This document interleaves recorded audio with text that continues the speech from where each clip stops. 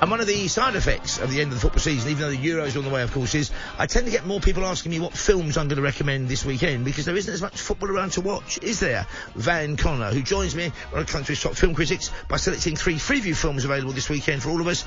3 from Van, 3 from me. You get half a dozen, and you make your own choice. Good morning, Van. How's your week been, mate? Have you seen the new Mad Max film, by the way, yet? I have indeed, Mr. Ross, and do you know what? Knowing you like I do, I know you're going to love it. In fact, I ran into the other Ross while I was there as well. Oh, Nick Ross from Crime Watch. My brother Jonathan, he loves a bit of Mad Max action as well. He does, indeed. I remember running into him afterwards. Very fetching coach. But you're going to have a great time with Furiosa, I reckon. Well, I've got a Mad Max nomination coming up as well. But first of all, where are you going to take us, your first cab off the rank? What's your first film, your recommendation for today, Friday? Well, you've already tinged a bit of Mad Max for us, so we'll keep it on the George Miller train, I think. Tonight, 9 p.m. on Film 4, is George Miller's most recent film before Furiosa. It's 3,000 Years of Longing from back in 2022. This starred Tilda Swinton and Idris Elba, and it's a sort of a modern-day genie story, effectively, but, told in that way that only, the creator of Mad Max and Babe the Gallant Pig could possibly do. It's an academic played by Tilda Swinton, who discovers in a foreign marketplace, discovers an ancient lamp that contains within it a djinn, an ancient form of the genie legend, played by Idris Elba, who tells her she can make 3 wishes. He gives her strict conditions. She can't ask for more wishes. She can't ask for immortality, and there has to be something her heart truly desires. And because she's kind of a skeptic and she refuses to quite play the game as frivolously as anyone else would, he tells her 3 stories from his life, stories that are designed to tempt her into making those wishes and allowing him to fulfill his purpose. Did you see this one? I think you were a fan of this, weren't you? I did, and it seemed to open and close in the blink of an eye, and I managed to see it on the big screen. I was really blown away by it, because I hadn't read the short story or book it's based on, so I knew virtually nothing about it. The effects were magical, and it was I thought, a thought-provoking, and at times funny, rather sexy adult fairy tale. I think it's made a better, better genie story than the Guy Ritchie live-action Aladdin, at any rate. So Idris beat Will Smith for my money on this one, and he really leans into the weirdness and the creepiness, and the melancholy, and the visuals. And the melancholy as well. Exactly. There's such a wonderful visual palette that they get to play with Idris Elba in this. They make him big in size, small in size, all over the place. Wonderful stuff. I've got a clip for you. And I think he does the big larger-than-life, expansion during this clip, as he's, trying to persuade Tilda Swinton just to make some darn wishes. Like I say, tonight, 9 o'clock on Film 4, I give you 3,000 Years of Longing. I cannot for the life of me summon up one eligible wish. And you're asking me for 3. Is there any life in you? Are you even alive? In some cultures, absence of desire means enlightenment. Then you are a pious fool. If I'm content, why tempt fate? And you're a coward. Don't goad me. There is no human, no angel, no jinn that wouldn't grasp at the chance to fulfill their deepest longings, and I am saddled with the one who claims to want nothing at all. Alethea Binney, you are a liar. I am beginning to wish we'd never met. No, don't say that! Luckily, she said beginning to wish. 2 actors at the absolute top of their game in that clip. It's a great film, folks. Really different, but great. I would say it's very different to Poor Things, but if you like that kind of film like Poor Things, then you'll definitely like this film, I'd have thought. Now, you've seen Furiosa, the new Mad Max film, the latest in the franchise. My first film recommendation is on ITV4 tonight, 9 o'clock. It is the 3rd in the Mel Gibson Mad Max trilogy, again, produced by George Miller. It's called Mad Max Beyond Thunderdome. It features, of course, as Auntie Entity, crazy name, crazy gal, Tina Turner. Once again, post-apocalyptic Australia. Once again, fuel is the key. Once again, Mad Max is, one man can make a difference, and and this time the civilization is starting to reform in a very odd way, with kind of basically spectator sports that involve one of the contestants dying, and Auntie presides over all this. It gets a bit sentimental, this one, towards the end, and there's a kind of fairy tale element to it, and there's an element of maybe slightly meant to be a biblical feel of people being led out of the wilderness, and maybe a bit of the Pied Piper. Even so, I think they kind of earned that. The stunts are spectacular. Mel Gibson is fantastic, and it's also at times very funny indeed. So it's ITV4 tonight, 9 p.m, Mad Max Beyond Thunderdome. I still think that the second film, which I think was called The Road Warrior in the States, is the best of that trilogy, but often it is the second film of a trilogy that really scores, I think, man. Yes, absolutely. I think Road Warrior definitely has that Dark Knight effect. It is the number 2 of the saga. It was the best one. I think arguably people can now duke it out between Road Warrior and Fury Road. But Thunderdome it's so iconic. I think it's the song. I think it's the song and the Tina Turner of it that makes Beyond Thunderdome just so memorable, really. She had her own kind of fantastic cinematic arc at that time, didn't she? From being, barely being left with the name Tina Turner, suddenly turning things around and then appearing huge. And of course the song is We Don't Need Another Hero. In post-apocalyptic Australia, they certainly do. 9 o'clock tonight on ITV4. Here's a chunk of the trailer. The world had been through a trial by fire, and only the greatest warriors and their deadliest enemies emerged from the flames. Who are you? Nobody. Oh, mister, I can feel it. The dice are rolling. He was the one they called mad. But he's just a raggedy man. But to those whose lives hung in the balance, Where's the waiting ones? Waiting for what? Waiting for you. he was the one they called hero. Ladies and gentlemen, boys and girls, dying times here. That's a great clip, is it not? A great trailer. So that's my first recommendation, Mad Max Beyond Thunderdome, ITV4, tonight, 9 o'clock. Where do you take us on your second cinematic recommendation for the weekend, man? I mean, this is a weird thing to say, but I think some family-friendly horror might be the way for Saturday afternoon for me. 4:35 on Great Movies on Saturday is Arachnophobia from 1992. This is a bang. I mean, I know you must have seen this dozens of times. Yeah. I'm sure. Did you get to cover this when it was on new release? Were you working as a critic at the time? I wasn't. No, I was really looking forward to it. And I swear I was not disappointed. I think it was about a year or so before I actually embarked upon that fascinating, but in the end futile journey, because I saw so many films in that period, and we were only featuring 2 in the newspaper some weeks. So one week I saw 8 films, and I thought 6 were good, 1 was fantastic, 1 was terrible, and I did 2 of the mediocre ones. That's what the paper wanted. So in the end, I kind of, we parted company, but I had a great time. Free cinema. What's better, folks, apart from free football? You got 6 good films in a week as a critic. My God, I'm so envious. Believe me. I'm easily impressed. Anyway, Arachnophobia is at Wales always, and also is sufficiently scary to definitely class as a horror film, whether or not you're spider-phobic. Absolutely. It's the directorial debut of Frank Marshall, Mr. Kathleen Kennedy, Spielbergian royalty, co-founder of Amblin Entertainment. And it's Spielberg, it's the Spielberg produced killer spider movie in which Jeff Daniels is the big city doctor who moves to a sleepy small town and, to set up shop as the new residential doctor, only for a series of mysterious bite-related deaths to befall the populace. And he finds himself getting the blame, would you know? I've got a clip for you. This is his children basically dealing with the rumours that are starting to emerge about their dad. This is so much fun. The late great Julian Sands gets quite a good turn in there as well, and of course a really scene-stealing role for John Goodman, then best known as a sitcom star on Roseanne. So I'll turn you over to Arachnophobia. Here we go. Hey, why so gloomy? Benny Beachwood says that everybody's calling you Dr. Death. Well, that's just silly, Shelley. And they say you want to cut people up into little pieces. Look, it's called an autopsy. It's not a very pleasant thing. But sometimes it's the only way to find out what really happened to a person. But there are some doctors who should know better who just won't accept that. I mean, it's a fascinating, very funny film, that is, and I've got a rather different offering for you, folks, for Saturday. It's also being repeated on Sunday, this film. It's part of Sky Arts showing, which is to be applauded, of Charlie Chaplin's great later films. By later, I mean from, I think, The Circus onwards. They showed his very rarely seen silent film, A Woman of Paris, which he doesn't appear in. They also showed, possibly my favourite of his films, the brilliant City Lights.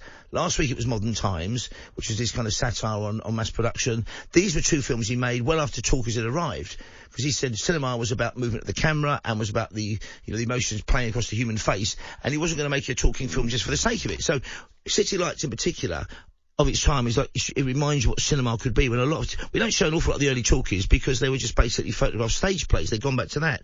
Modern Times is a great film as well, not as good as City Lights, I think. Then he comes out with The Great Dictator, and it's the first time Chaplin speaks, and he's driven to speak because he's been in later life, he was almost accused of being a communist by the McCarthy committee and he was effectively, he left the States and was told you may not be allowed back in, so he went to Switzerland and got back to the States for years to get his honorary Oscar. And The Great Dictator parodies, of course, Adolf Hitler. It was released in 1940, so there's an element of almost jokiness about it, because it is a comedy that wouldn't be acceptable if had we known that Chaplin knew about, for example, the death camps. He didn't. Nobody really did then, apart from the poor unfortunate souls who were heading for them. So The Great Dictator was in some American cities suppressed, if not banned, because they said it was going to be offensive to their German expat community. There's a bit of too much punning in it for me. They loved to pun back in the 30s and 40s. So Adolf Hitler becomes Adenoid Hinkle, and he's not the Führer, he's the Phooey. But it is still, I mean, the best comedy is still kind of the silent comedy, apart from the nonsense gibberish that Chaplin kind of invents for the Adenoid Hinkle speeches, and the fact that it is still at times very funny, athletic. I mean, Chaplin is still capable to do some great kind of comedy stunts in it. It's also very poignant, and you get the fact that the main character is, apart from Adenoid Hinkle, is a Jewish barber who's exactly his lookalike, who serves in the Great War for Germany, of whatever country it's meant to be, and then through an accident loses his memory, and is convinced or believes he is Adenoid Hinkle. It's Mussolini's parodied in it as well. It's on 1 o'clock tomorrow afternoon, Sky Arts. You know, you may not think it's your cup of tea. Give it a go. It's not the longest film in the world. It's only about an hour and a half. And if anybody in your house or family is doing anything on the Great War or studying cinema or something, got to be a must-see film, this one. The trailer, again, is of its time, so it's a little bit, I mean, the film is nowhere near as glib or facile as this trailer might make it sound. Give it a go. I love all Chaplin's films, apart from, I say, A Countess from Hong Kong, the Sophia Loren, Marlon Brando abortion. That was like his last film. This is a cracker, though. The Great Dictator, 1 o'clock, Sky Arts tomorrow. Here we go. Does this remind you of anything? Why, of course you recognized him. It's Adenoid Hinkle, the Phooey of Tomania. Captain! I bet you recognized him, too. It's Charlie, the wonderful, the extraordinary Charlie Chaplin. By a strange trick of fate, the ruthless dictator and Charlie resemble each other like two peas in a pod, except that while Adenoid Hinkle makes millions of people tremble, Charlie makes them die of laughter. Yeah, forgive the trailer, and there's a wonderful scene in it where there's effectively Adenoid Hinkle, the Hitler character, doing a ballet with an inflatable globe that is worth watching this film alone. It's a cracking movie, this one. What's your, let me go straight to my final recommendation then, which is another very different film. Great film for the very late 80s. It kind of, almost to me, was a presage of what was to come in the 90s to an extent. Bear with me on this one, folks. It's 20 past midnight, so it's a really, could be a Saturday film as well, but it's in the wee small hours of Sunday morning. It's on BBC Two from 1989. It's Spike Lee's best film, I think. Pretty much his best film. Do the Right Thing. Set in a furiously hot, either uptown New York or Brooklyn streets, and the temperature's rising, tempers are getting frayed. There's an Italian pizzeria that is very much of the community, but a different kind of community to the one that's there now. People are moaning that in the walls of the pizzeria there are only Italian-American faces, and there's a black community there. Then there's a police officer who's a little bit too, shall we say, enthusiastic in policing the streets. Some of the people involved in the film are, there's no sentimentality about the portrayal of black characters, which Spike Lee can always be applauded for. He's in it himself as well, and he may not be the most charismatic leading man, but he's very funny in it, and he plays a kind of hard-working Joe in it. The temperatures are rising. There's tragedy involved in this film as well, but it's a cracking film, this one, I think. And it's still, I think, I only saw it about 3-4 weeks ago, coincidentally, still a very funny film. And also very relevant, I think, sadly, Van. Oh, absolutely. I think if memory serves, this is like a bunch of like really iconic people now's debut movie. Samuel L. Jackson. Samuel L. Jackson. I think Martin Lawrence makes his debut in this as well. Rosie Perez, and I think Giancarlo Esposito, so Gus from Breaking Bad, and from The Mandalorian. I think this is his debut as well. He's still quite remembered for this. And the other thing I remember about this, because it really is the benchmark of what we think of as a Spike Lee movie. Like what we picture of a Spike Lee movie really comes from this. So much so that I think the boombox from it is literally in the Smithsonian Museum. Like it's that memorable to pop culture that it had to be put in the Smithsonian. Hell of a movie, though. Good pick. But Danny Aiello in it as well. He's a brilliant actor. Of course, he runs the pizzeria. It's on Sunday, wee small hours of Sunday morning, 20 past midnight, so you'd probably say it's Saturday. Do the Right Thing from 1989 on BBC Two. Brace yourselves, it's getting hot out there. Good morning, Miss Mother Sister. Now, Mookie, don't work too hard today. The man says it's going to be hot as the devil. I've been here 25 years. The South's famous pizzeria is here to stay. Trust me. Mookie, the last time I trusted you, we ended up with a son. No, you can't stand it. You can't stand it. Hey, Sal, I'm getting a brother from the war here. You want brothers on the wall? Love. Get your own place. You can do what you want to do.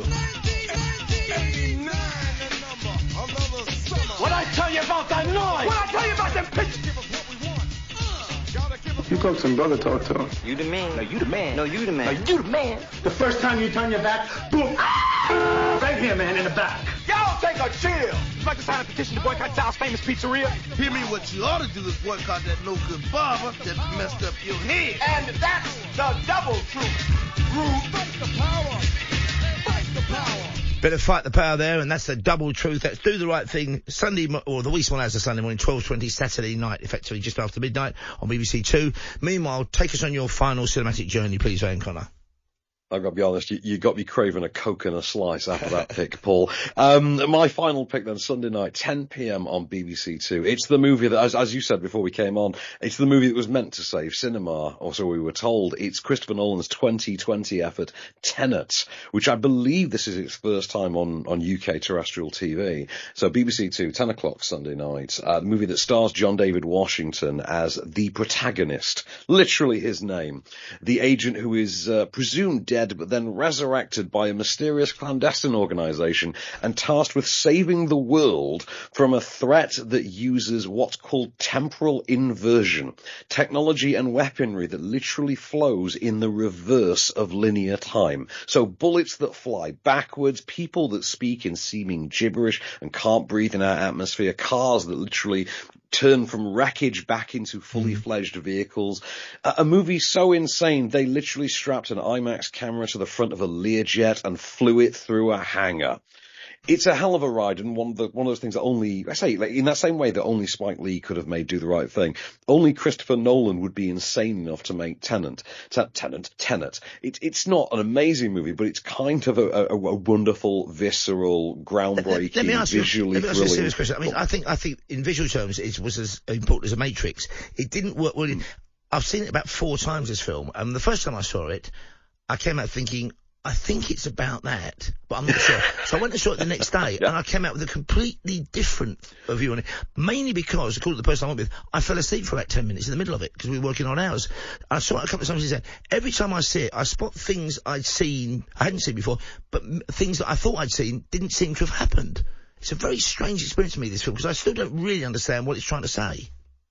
I'm absolutely with you on that, Paul. I have seen Tenet maybe 4 or 5 times. Every single time I have seen it, I've watched a different movie. Yeah. Like, I absolutely have. I think I know what the movie's about, and then about a week later, that's what it's about.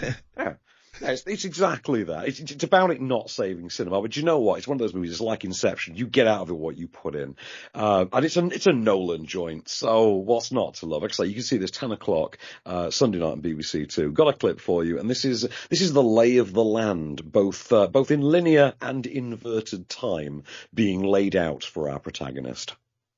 There's a Cold War. Technology that can reverse the flow of time. Time travel. No. Inversion. We are being attacked by the future. You have no idea what you're getting yourself into. Maybe I lost my edge. The edge is still intact.